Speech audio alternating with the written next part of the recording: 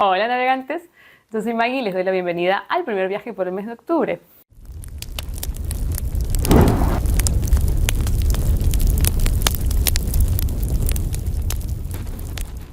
¿Cómo están? Espero que bien. Bueno, a punto de adentrarnos en el mes de octubre, que para los que me siguen hace mucho saben que es un mes que dedico a leer terror, a la iniciativa de leer terror en octubre y a la iniciativa de leer mujeres en octubre. ¿Por qué están estas dos iniciativas juntas y qué quiere significar que estén las dos juntas? No, vamos a ponernos en ello.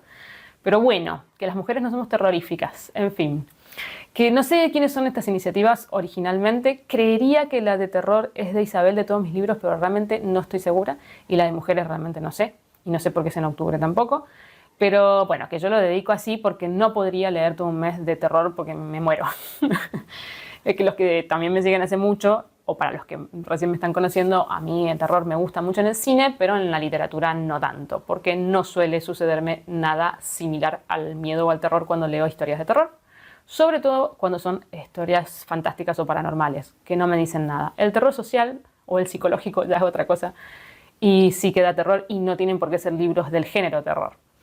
Pero bueno, en una parte. Con respecto a la iniciativa de mujeres, a ver, yo siempre leo mujeres a lo largo del año, pero no es algo que yo preste especial atención. O sea, yo no elijo mis libros por género, ni por países, sino por lo que tengo ganas de leer.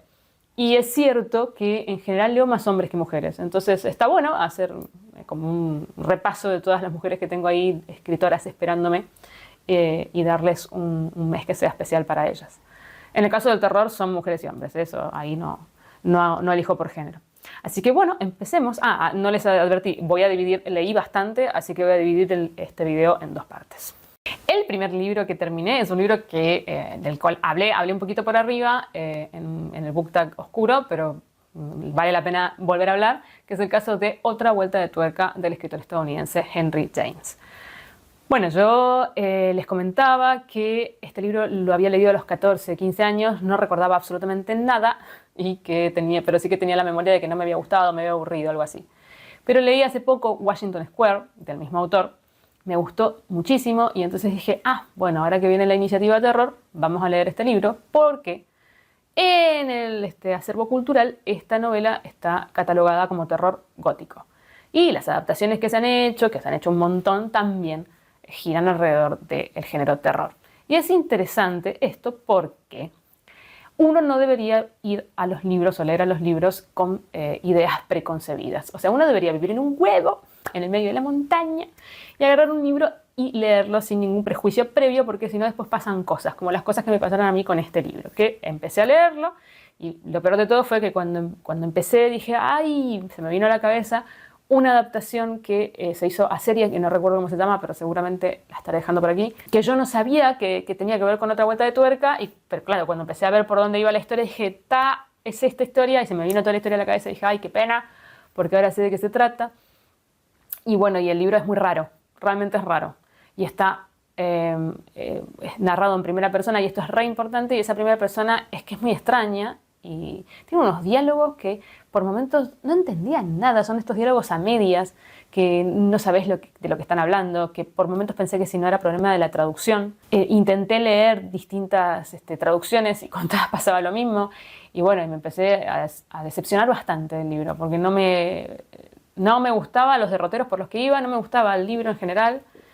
Y bueno, lo comenté esto con Graciela, que quien no conozca a Graciela es una profesora de letras, es una amiga que confía muchísimo en ella, y le dije, no me gusta este libro, ¿qué pasa? Me dice, a mí me encantó, me encanta Henry James, me gustó mucho Otra vuelta de tuerca, yo lo trabajaba mucho con los adolescentes. Bueno. Y yo dije, bueno, a ver, vamos a darle una oportunidad hasta el último momento del libro, y menos mal, porque justamente el final del libro es totalmente alusivo al título, es Otra vuelta de tuerca, y me fascinó. Y me encontré nuevamente con ese Henry James que juega con el lector. Y me acordé de lo que había estudiado en mi primer año de la carrera de letras, que es que nunca podemos confiar en un narrador en primera persona. Un narrador en primera persona no es fiable, porque la perspectiva de lo que cuenta es la propia, y bueno, es subjetiva. Y esto lo hace perfectamente Henry James, perfectamente. Me encanta cómo él, y me gustan mucho estos autores que confían en sus lectores, que dejan que el lector reconstruya la historia, que no le dan todo servido, como si fuéramos idiotas, y que realmente pretende que vos pongas de vos mismo para poder construir la historia que él te cuenta. Y ese vos mismo puede ser, o sea, vos puedes reconstruir la historia de manera bien o mal, ¿no? O sea, positivo o negativamente. Puede ser realmente lo mismo que pensaba el autor, como no, pero no importa, porque acá lo que importa es también tu subjetividad. Así como la del que narra, está la del que lee. Y me encantó. Y me pareció un libro profundísimo, muy psicológico y que además es una gran crítica social, sobre todo a la sociedad victoriana. Piensen que él en algún punto, digamos, se hizo ciudadano británico, él un poco denostó, digamos, su país de origen, pero por otro lado seguía siendo estadounidense y seguía teniendo la visión del extranjero, sobre todo de una sociedad, Estados Unidos era una sociedad muy diferente a la sociedad victoriana, sobre todo. Y entonces hay una crítica acérrima, digamos, sobre todo a las mujercitas victorianas, a esa figura de la mujer y de lo que representaba y el ideal femenino y la heroína de ciertas historias victorianas que a mí me molestan tanto, por eso por lo que no me suelen gustar las historias victorianas, esa moralina que siempre hay de fondo en cómo debe ser una sociedad correcta, cómo debe comportarse sobre todo la mujer, qué es una mujer como corresponde, ¿qué pasa con una mujer cuando no se comporta como corresponde socialmente? El castigo, digamos, que hay sobre esa mujer y las que sí se comportan como corresponde, digamos, las bondades, que generalmente siempre era casarse con un hombre rico. Bueno, todas estas historias, digamos, que a mí me molestan, o sea, más que me molestan, me aburren, no me dicen nada, no me satisfacen. Bueno, acá hay una crítica muy marcada, digamos, hacia ese estereotipo y me encantó. Realmente fue un libro que me dejó pensando muchísimo, que me engañó y que justamente el gran problema es el hecho de que se ha tomado tan literalmente la historia de Henry James que no se han visto, digamos, todas estos claroscuros y estas capas que tiene el libro y bueno, claro, se la adapta o se la tiene en el acervo cultural como que es una historia de terror gótica, cuando en realidad es mucho más que eso y es terrorífica la historia, pero por otros motivos. El siguiente libro, que en realidad es un relatito que terminé durante octubre, es Merodeo Callejero. Miren lo que es esta edición, de la escritora británica Virginia Woolf. Tiene como subtítulo Una aventura londinense. Es un relato. Esto vino junto con este otro libro que también leí, ya después voy a hablar de este libro. Vinieron los dos en una suscripción que en realidad hice por un único mes, que se llama Salvaje Federal, o sea, que lo lleva adelante el sello Salvaje Federal, que está liderado por nada más y nada menos que Selva Almada. Yo no tenía ni idea que esto existía en Argentina, pero Selva Almada tiene una especie de club literario en la que da voz, digamos, o pone el foco en todos los escritores de la frontera, o sea, que no son de Buenos Aires, sino que son de otros lugares de Argentina. Y bueno, me encantó y entonces quise hacer la prueba y bueno, me llegaron estos dos libritos. Y esta editorial es una editorial independiente que realmente se llama Fruto de Dragón, no tenía ni idea que existía. Y bueno, está, es medio loco porque es una especie de collage, está ilustrado, pero no quiero decir ilustrado porque son fotos que tienen algún tipo de ilustración encima, un poco surrealistas, oníricas. Y que están constantemente, digamos, miren esta, por ejemplo, no sé si se va a ver bien esta, que es un policía con cara de gato. Bueno, muy extraño realmente. Y bueno, yo no he leído relatos de Virginia Woolf, he leído sus novelas, digamos, pero no relatos. Y lo busqué incluso aparte, digamos, o sea, lo busqué para saber si estaba en alguna antología, no pude conseguir mucha información. Así que si alguien me puede decir si conoce Merodeo Callejero, si está en algún tipo de antología y me la recomienda, bueno, mejor. Me encantó. Me encantó. Es un relato tan hermoso que simplemente es autobiográfico, es autoficción.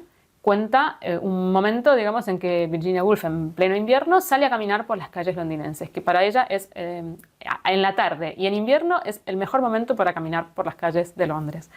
Y nada, es el recorrido que hace, el recorrido por las calles, lo que observa, los personajes variopintos con los que se cruza, las situaciones raras que vive, una mezcla entre situaciones raras y situaciones totalmente cotidianas, cómo te describe la naturaleza, las calles, es muy intimista, muy costumbrista, muy bellamente escrito. Tiene unas reflexiones, bueno, obviamente, como Virginia Woolf era, muy inteligentes y muy profundas. Y además hay una mezcla, digamos, entre lo que ella va sintiendo, va pensando y el frenesí de las calles de Londres y después el momento de la calma donde todo el mundo vuelve a sus casas, incluida ella, y cómo consigue esos dos estados de ánimo entre la excitación, digamos, de lo nuevo, del ruido de las luces, a la calma del hogar y la vuelta a la protección, al calor. Ay, hermoso, muy sensitivo, muy, muy lindo. Nada, se lee en 15 minutos, pero es realmente precioso, me encantó. Así que por supuesto que quiero seguir leyendo relatos de Virginia Woolf, sobre todo si son autoficcionales. Me gustó mucho esta faceta que no conocía. El siguiente libro que terminé es un libro también del cual hablé, que es el caso de Luciérnaga, de la escritora rusa, argentina, Natalia Litvinova. Un libro precioso, del cual hablé un poquito con más detenimiento que con respecto al de Henry James, así que no voy a decir mucho más, pero que realmente me encantó. Sobre todo porque no sabía qué esperar del libro. Estaba muy promocionado por Clara Obligado, que fue su juez, o sea, ella fue la que le otorgó el premio. Ella en este caso se llevó el premio Lumen de novela, es su primer novela, en realidad ella es poeta. A mí, como les decía en el otro video, los premios, sobre todo premios editoriales, un poco me hacen escapar, me hacen huir. No suelo confiar en los premios editoriales, pero sí confío en Clara Obligado y también me lo recomendó Cristian, que es mi librero de confianza, y bueno, fue como una doble recomendación. Y bueno, menos mal, hay veces esto de los prejuicios que uno debería vivir en un huevo en una montaña, es cierto, porque realmente me encantó. Narra la historia de ella y su familia, que creció en un pueblo cercano, pero cercano a metros, digamos, a kilómetros de Chernóbil, y en la época en que pasó lo que pasó con Chernóbil. Y bueno, de qué sucedió ahí, cómo es que el gobierno ocultó todo lo que estaba pasando, el día a día de esa gente que tenía que vivir con la contaminación atómica al lado. Bueno, ya sabemos toda la historia de Chernóbil, pero como yo así hincapié en el otro video, rescatando todo lo luminoso que se puede rescatar de una situación así. Y justamente lo luminoso está en los lazos familiares, en su seno familiar, en su relación con su padre, con las generaciones distintas de su familia, el día a día, bueno, nada, lo cotidiano que muchas veces hace que lo extraordinario pueda vivirse, ¿no? Y después la migración que hacen a Argentina, un poco porque sí, o sea, no porque sí con respecto a las circunstancias que viven, sino ¿por qué Argentina? ¿Por qué eligieron Argentina? Y bueno, ya van a ver quienes lean el libro. Y bueno, y esa adaptación, digamos, que ella tiene que hacer a un país que nada que ver, ya teniendo ella 10, 11 años, o sea que ya su cultura estaba en ella. Y bueno, y cómo es el choque cultural, lo que le cuesta. Es un libro que además está narrado de una forma muy, muy particular, porque es una mezcla entre pensamientos, recuerdos, ficciones, fantasía, sueños y también saltos temporales. Narra de forma desordenada, a veces está ella siendo ya grande, a veces narra desde la memoria de quién era. Hay una intención de ella de reconstruir sobre todo las generaciones femeninas de la familia, que bueno, que tienen mucho de, algunas cosas son recuerdos propios, pero mucho de lo que le dijeron otros, recuerdos de otros y fantasía de ella, ¿no? O sea, ficción, reconstrucción ficcional. Y entre todo trata de hacer una unidad. Y es precioso, precioso lo que hace. Y precioso como lo escribe, como lo expresa, porque hay mucha poesía, digamos, dentro de su escritura. Muchas imágenes, es precioso, realmente, un libro hermoso. Y si bien habla de cosas muy terribles, porque a distintas generaciones de su familia le pasaron cosas muy terribles, siempre con esa búsqueda de la resiliencia, ¿no? O sea, de cómo tornar en algo positivo lo que es negativo. Bueno, el siguiente libro que terminé fue justamente el libro con el que venía el de Virginia Woolf, que es El cielo de nuestras casas, del escritor argentino Miguel Ángel Barroso. Este es el libro que me mandaron en esa suscripción de Salvaje Federal. La verdad, es un libro que está catalogado como libro de terror. Está recomendado por Luciano Lamberti, que es un escritor que se especializa en el género terror, también argentino, bastante conocido. Y es un libro de relatos, son 9 relatos, todos protagonizados por niños o adolescentes que están justamente en la etapa de transición o en la etapa de que les pasen cosas terribles que los marquen para toda la vida. Aquí un poco como es como la idea fija, digamos, de este libro de relatos. La verdad que no me gustó. No me gustó para nada. Está bien escrito, ¿eh? O sea, no, en eso no está la crítica, sino que me parecieron muy monotemáticos. Todos los relatos son iguales. Todos giran alrededor de lo mismo. El 90% de los relatos tienen que ver con perversiones sexuales. Perversiones sexuales de adultos hacia adolescentes y niños. Es muy desagradable. Es un libro que yo, más que... Sí, es terror de otro tipo, digamos, pero es un terror... Hay algunos que son un poco paranormales, pero son los menos. Es un terror social, por supuesto, pero es un terror social que ya, como todos los cuentos giran alrededor del mismo tipo de terror, son hiper predecibles. O sea, los empezás a leer y ya sabes para dónde va a ir. Estás muy incómodo leyéndolos, estás muy desagradado, muchos de ellos dan bastante asco. Está bien conseguido, porque está bien escrito, por eso lo consigue bien, pero no es temática que a mí me interese. O sea, realmente, puede ser que un cuento en un libro de relatos maneje esa temática y bueno, vaya y pase, pero que los 9 relatos manejen la misma temática, que a mí me desagrada y me molesta, no llega a un punto que ya está. Es un poco lo que me pasa con Mariana Enríquez. Yo sé que muchos me van a venir con el hacha ahora porque yo generalmente no he hablado de Mariana Enríquez porque es una autora que me parece muy monotemática. Y que si vos agarras un libro de relatos y lees 3, 4, 5, 6 relatos, son todos más o menos los mismos, giran todos más o menos alrededor de las mismas cosas.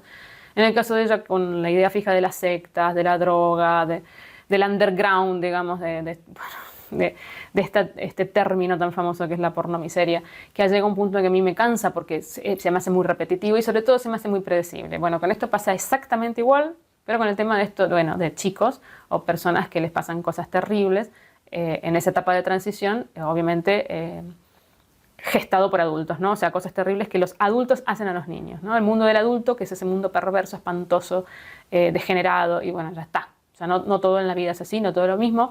Incluso un libro de terror puede tener distintos focos de terror si no se hace una cosa realmente muy repetitiva. Así que no es un libro para mí, no es un libro con el cual yo me haya sentido cómoda en lo absoluto, ni es un libro que recomendaría, pero para nada. Bueno, el siguiente libro es una novela muy cortita que está dentro de este compendio de novelas cortas de Eve Ujart, escritora argentina, que me gusta bastante y que yo empecé leyendo por la parte de la no ficción y me interesaba ver cómo era con respecto a la ficción. Muchos me han dicho que lo mejor de Eve Ujart son los relatos, todavía no he llegado a leer relatos, pero bueno, nada, que me compre este libro. Y el primero que leí, el primero que aparece, digamos, es La elevación de Maruja. A ver, podría decirse un relato largo, es una novela muy cortita, que no sé qué decir muy bien de ella. O sea, está muy bien escrita, es amena, es fácil de leer, es entretenida, tiene estos personajes que construye Eve Ujart, que son como bastante peculiares, que tienen particularidades raras, que son fáciles de querer, que también tiene esta mezcla, digamos, entre un libro un poco tierno, un poco naif, pero que también con mucha crítica de fondo, que cuenta una historia aparentemente, por momentos, sin mucho que contar y por momentos rara, que no sabes muy bien hacia dónde va la historia ni qué te quiere contar y eso también lo hace como atractivo porque querés ver para dónde la desarrolla. Pero realmente, al final, o sea, cuando la terminas de desarrollar te quedas con esa sensación de ¿y para qué leí lo que leí? Realmente. No me dijo nada, o sea, tampoco me molestó. Volvemos a estos libros que quedan en la media, que además se me está yendo la historia rapidísimo de la memoria. Ya casi sí puedo decir más o menos el argumento, que es un hombre que queda viudo y que va a vivir con él su sobrina. Y esta sobrina es una persona muy particular. Y entonces, claro, cambia completamente la vida y la forma de ver la vida de este hombre, que además ya es una persona mayor. Y un poco que después se centra como en la vida de Maruja, justamente, que es la que da nombre a la novela. Y una relación que tiene con una persona que conoce, después que se va a Europa, cómo vivencia Europa, pero todo así como muy rápido, muy cortito, muy superficial. Entonces, realmente llega un punto que decís, bueno, no sé, es muy anecdótico, no sé cuál es el fin, digamos, de esta historia. No me quedó claro, realmente. Así que, bueno, nada, de estos libros que seguramente el año que viene no voy a saber de qué trataban. El siguiente libro que terminé fue Los Vigilantes, del escritor irlandés A.M. Shine. Libro de terror que además se hizo muy conocido porque se hizo una adaptación, que la voy a estar dejando por acá, al cine. Entonces, bueno, estuvo muy promocionada, qué sé yo, después me enteré que era un libro y quise conseguirlo, no había forma, y gracias a mi queridísima Isabel, de todos mis libros, te mando un beso enorme, bueno, me lo pasó. Me dijo, mira, yo lo tengo, yo te lo paso en formato digital. Entonces lo pude leer. Había escuchado además en el canal de ella que a ella le había gustado mucho. Yo confío, digamos, en su criterio, sobre todo porque ella realmente lee bastante terror. Y las veces que he leído cosas que ella ha recomendado me han gustado bastante. Y este también es el mismo caso, realmente me gustó. Es un libro que está bien, tiene sus cosas, ¿no? O sea, si uno se pone en estricto y se pone a analizar la coherencia dentro del libro, la verosimilitud de ciertas cosas, bueno, hay muchas cosas que fallan, hay cosas en las que hace agua, pero a pesar de eso, el libro está muy bien. Uno le perdona, digamos, estas fallas porque realmente la historia es interesante. La historia parte de una chica que se llama Mina, que vive en un pueblito perdido de Irlanda y le dan el encargo de llevar un loro, que es una cotorra dorada, que parece que es muy cara, etcétera, a un lugar específico que hay alguien que le quiere comprar. Para eso tiene que pasar a lo largo de un bosque y en ese bosque, por supuesto, bueno, se pierde y deja de tener señal, el auto se para, etcétera, etcétera. Tiene que introducirse en ese bosque y ese bosque está habitado por seres muy particulares. Termina, digamos, teniendo que refugiarse en una especie de búnker que hay en el medio del bosque, que no sabe quién lo construyó ni por qué está ahí. Dentro de ese búnker hay otras 3 personas que también están en la misma situación, lideradas por una mujer grande que es muy extraña. Y ese búnker está todo vidriado. Y durante la noche se prende una luz. Y del otro lado está lo que no se puede ver, pero sí los ve a ellos. Estos son los vigilantes, por supuesto, de ahí viene el título. Muy interesante, es un libro que juega mucho, es un libro de terror, sí, es un libro que tiene algunas escenas de terror que están bien logradas, pero más que nada con lo que juegas con el suspenso y la psicología del mismo lector, ¿no? que dice, porque, o sea, es más que nada las preguntas constantes que uno se hace de quiénes son esos seres, por qué están ahí, qué hace ese búnker ahí. Maneja bien esa tensión, ese suspenso con respecto a la historia y a la trama, la búsqueda de las respuestas, digamos, que uno quiere conseguir, por eso es que sigue leyendo. Está bien escrito, bastante bien escrito. Y la historia es interesante y no es cliché. Y eso es lo que me pareció también bueno, porque generalmente en el género terror es como que ya está todo casi todo dicho, ¿no? Es terror paranormal, eso también es interesante, porque en el terror paranormal sobre todo está casi todo dicho. Es raro que los libros sean originales, siempre se tocan temáticas que ya conocemos. En este caso, si bien tampoco es que la temática es originalísima, o sea que tiene relación con otras cosas, de todas maneras tiene un giro interesante y está pensado de una manera diferente. Y eso me gustó mucho. Ahí están las leyendas irlandesas de fondo, bueno, muy interesante. La ambientación muy interesante, la atmósfera que consigue en ese bosque es espectacular. Y también cómo maneja los giros de la trama. Hay un giro que yo jamás esperé y me encantó, me sorprendió muchísimo, está muy bien conseguido. Bien, la verdad que vuelvo a decir, tiene sus fallas. Por supuesto uno puede ponerse en crítico acérrimo, cosa que yo no hago, en general lo hago, pero no lo hago con la literatura de terror. Yo quiero que la literatura de terror me entretenga y yo creo que finalmente eso lo hace este libro. Y hay cosas que vos decís, bueno, pero esto no tiene mucha coherencia, no hay verosimilitud en lo que dice, etcétera, pero vuelvo a decir que es como que pasa. Después, como dato curioso, vi la adaptación, porque primero leí el libro, después vi la adaptación, y la adaptación va por otros derroteros, por otros derroteros, y la verdad que no me gustó. Yo pensaba que qué lástima, porque es una historia que perfectamente Shyamalan podría haber hecho muy bien, y no sé por qué deciden ir por un lado diferente, que termina siendo una historia un poco incluso hasta ridícula, para mí. Bueno, después cuéntenme si tienen la experiencia de alguna de las dos versiones. Y bueno, llegamos al libro con el que cerramos la primera parte del mes de octubre, que es el caso de La plenitud de la señorita Brodie, de la escritora escocesa Muriel Spark. Yo he leído otros libros de Muriel Spark y salvo uno, ya, o sea, ahora me está pasando a repetición que yo no entiendo las historias de Muriel Spark. No las entiendo. Me pasa con ella que leo los libros y no sé si son tan básicos y superficiales que, bueno, son de una simpleza que es un desastre, o son tan complejos que yo no los entiendo. O sea, siempre me quedo con esa duda. ¿Por qué?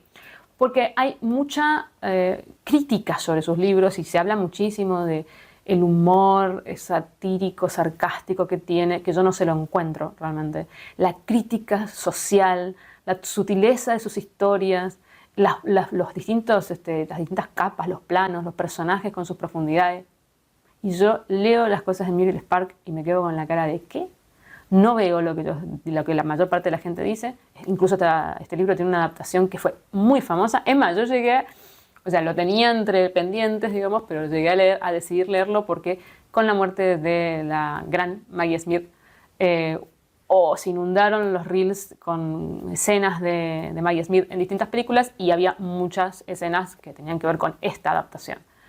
Y me parecían interesantes, la veía actuar a Maggie Smith en esas escenas y decía, debe ser un libro interesante, y justamente con todo esto que yo digo, ¿no? De la crítica social de fondo, bueno, no sé. A ver, el libro está muy bien escrito, tiene el personaje de la señorita Brodie, que es, por quienes no sepan la historia, es una maestra de primaria de una escuela en Inglaterra, que tiene una forma muy peculiar de dar clases. Y que tiene siempre un grupito de alumnas que son sus preferidas, a quienes ella dedica toda su energía y atención porque quiere que sean alguien más en la vida que lo que el colegio supuestamente les otorga como señoritas que tienen que estudiar. Estamos hablando de principios de la década del 20, no, ya pasada la década del 30 porque estamos cerca del inicio de la Segunda Guerra Mundial. En Inglaterra, en Escocia, porque encima está situado en Edimburgo. Entonces sí es cierto que hay una crítica a la sociedad escocesa, a este enorme problema que tiene Gran Bretaña con sus distintos países que la integran, con lo que se esperaba de las mujeres dentro de una sociedad muy conservadora, muy pacata, muy liderada por la religión también. Y la señorita Brodie, que es todo lo contrario a lo que se espera de una mujer, y lo que se espera de un docente, de un profesor. Bueno, a mí como profesora me parecía re interesante la historia y en un principio pintaba interesante, pero después termina convirtiéndose en una historia tan superficial, ridícula, de telenovela, de chusmerío además, que realmente no me gustó nada. O sea, tampoco podría decir que no me gustó nada, me quedé con la sensación de ¿qué leí? O sea, es mucho más complejo, o sea, las capas son tan complejas que no las entiendo, o realmente es tan superficial que nada, que no tenés mucho más para sacar del libro.